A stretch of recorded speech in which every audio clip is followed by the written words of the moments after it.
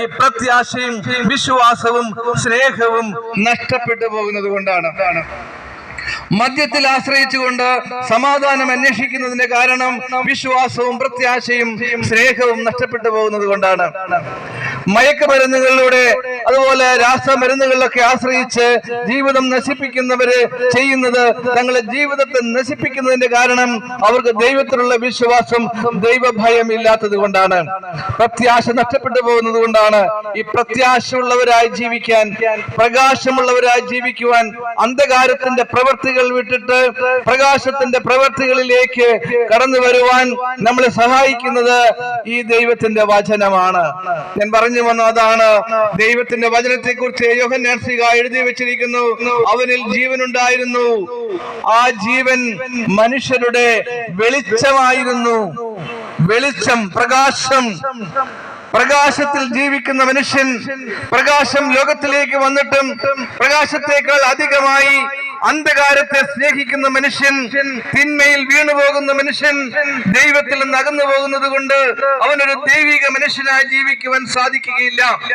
ഒരു ദൈവിക മനുഷ്യനായി ജീവിക്കാൻ സാധിക്കാത്ത വ്യക്തിക്ക് തന്റെ സഹജീവിയെ സ്നേഹിക്കാൻ കഴിയുകയില്ല.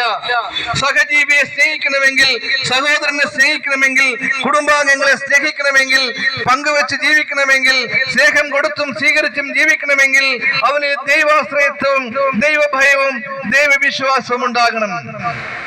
അന്ധകാരത്തിൽ കഴിഞ്ഞിരുന്ന ജനത്തെ പ്രകാശത്തിലേക്ക് നയിക്കുവാൻ കഴിവുള്ള ഒരു വചനമാകുന്ന ദൈവം ലോകത്തിലേക്ക് വന്നത് മനുഷ്യനെ വെളിച്ചത്തിലേക്ക്, പ്രകാശത്തിലേക്ക് നയിക്കാനും പ്രകാശത്തിന് ചേർന്ന, പകലിന് ചേർന്ന പ്രവൃത്തികൾ ചെയ്യുന്നതിനു വേണ്ടിയാണ്.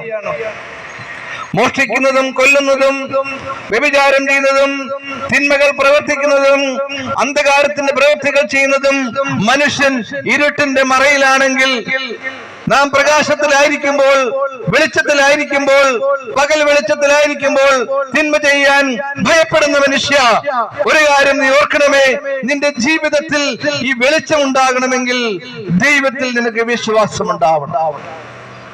ഈ ദൈവത്തിലുള്ള വിശ്വാസത്തിലേക്ക് നമ്മൾ നയിക്കുന്നത് ദൈവത്തിന്റെ വചനമാണ്.